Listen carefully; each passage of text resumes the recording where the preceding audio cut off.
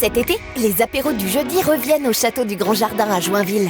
Venez déguster les produits du jour et vous rafraîchir dans une ambiance musicale et conviviale. Boy, boy, can you get it down? Come on, good boy, boy, you should be enough. La bohème, la...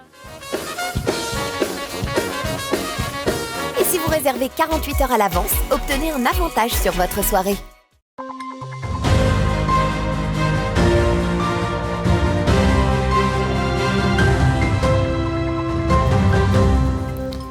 Bonsoir à tous et bienvenue dans votre journal du lundi 25 juillet 2022. Tout de suite les titres de cette édition. Du 24 juillet au 21 août, 5 spectacles sont programmés par Art Vivant 52 au sein du château du Grand Jardin. À donner ciel ouvert, ils sont à découvrir dans le parc de ce château.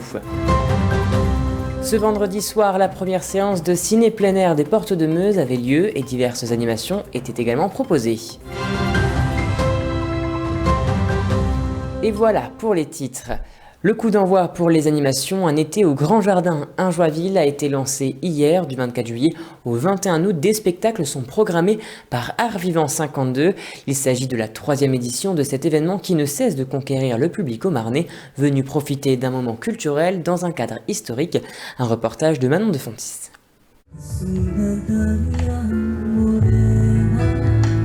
Un air de musique argentine retentit dans les jardins du château joinvillois avec l'artiste marseillaise Mandy Le Rouge. Ce concert marque le début du festival L'été du Grand Jardin. Dans ce cadre historique, la chanteuse revient pour la seconde fois. On est venu l'année dernière exactement dans le même cadre. Malheureusement, le mauvais temps s'est mêlé à la partie, donc on a dû annuler le concert vraiment à la dernière minute. Mais on a prié la Pachamama, comme on l'appelle là-bas en Argentine, la terre-mère, pour essayer d'avoir le beau temps. Et je crois que ça a marché, puisqu'aujourd'hui on a un temps magnifique et on est ravis parce que ça nous faisait une bonne excuse pour revenir à Joinville. Musique du monde, art de la rue et art du cirque, en tout 5 spectacles à ciel ouvert sont programmés pour cette 3e édition, organisée par l'association Art Vivant 52.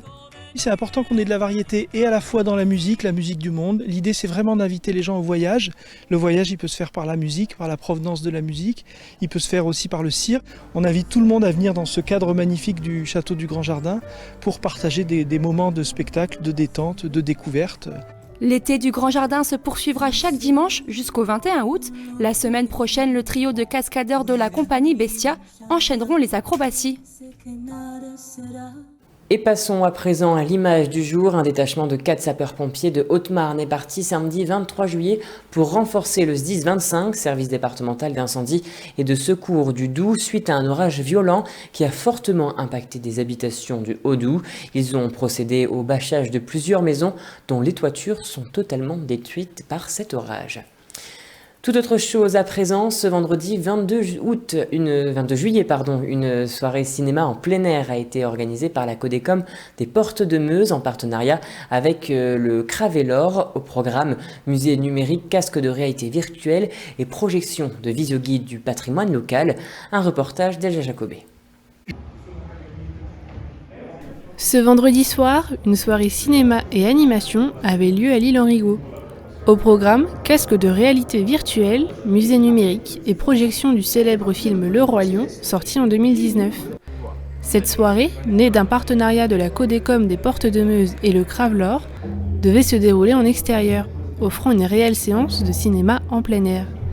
Cependant, à cause du mauvais temps, c'est dans la salle des fêtes que les habitants ont pu se réunir. Il était possible de retrouver une animation microfolie, dispositif innovant mis en place par le ministère de la Culture, offrant des plateformes culturelles de proximité et modulables selon les lieux d'accueil.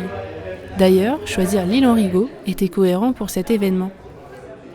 L'île Henrigot avait été choisie parce que c'est un endroit avec lequel on ne travaille pas forcément souvent non plus, comme on est à l'extrême bord des Portes de Meuse, sachant qu'on a un projet en ce moment de réhabilitation de la friche industrielle de l'ancienne papeterie qui est juste à côté, donc ça s'intègre avec plein de projets en fait en commun, et en plus on a une association à l'île Henrigot qui a l'air motivée et déterminée à faire des choses sur son territoire. Du coup, c'est aussi un moyen de se rapprocher d'eux et de leur dire qu'ils ne sont pas tout seuls dans leur coin typiquement et qu'on peut travailler ensemble.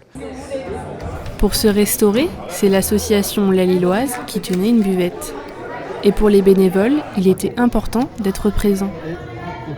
Eh ben, je trouve ça bien qu'on ait des activités autour du numérique parce que la population ici elle est plutôt âgée et du coup ça permet aux personnes âgées de découvrir un peu le numérique et la modernité.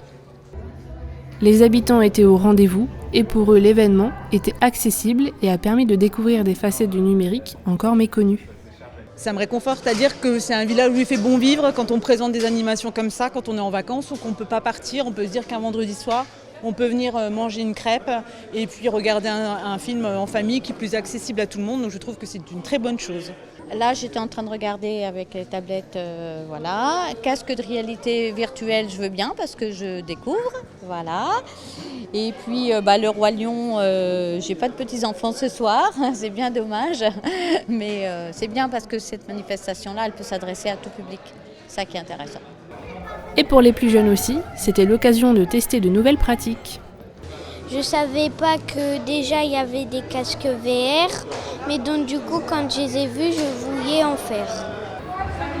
C'est un carton plein pour cette première édition et malgré le temps pluvieux, tous ont pu participer à une soirée conviviale. Et voilà, c'est la fin de cette édition. Merci à tous de l'avoir suivi. Dans un instant, vos prévisions météo de demain, présentées par Manon de Fontis. Je vous souhaite à tous et à toutes une très belle soirée. Toute l'actualité qui vous concerne, à voir et à revoir dès maintenant sur puissancetélévision.fr et sur notre application mobile.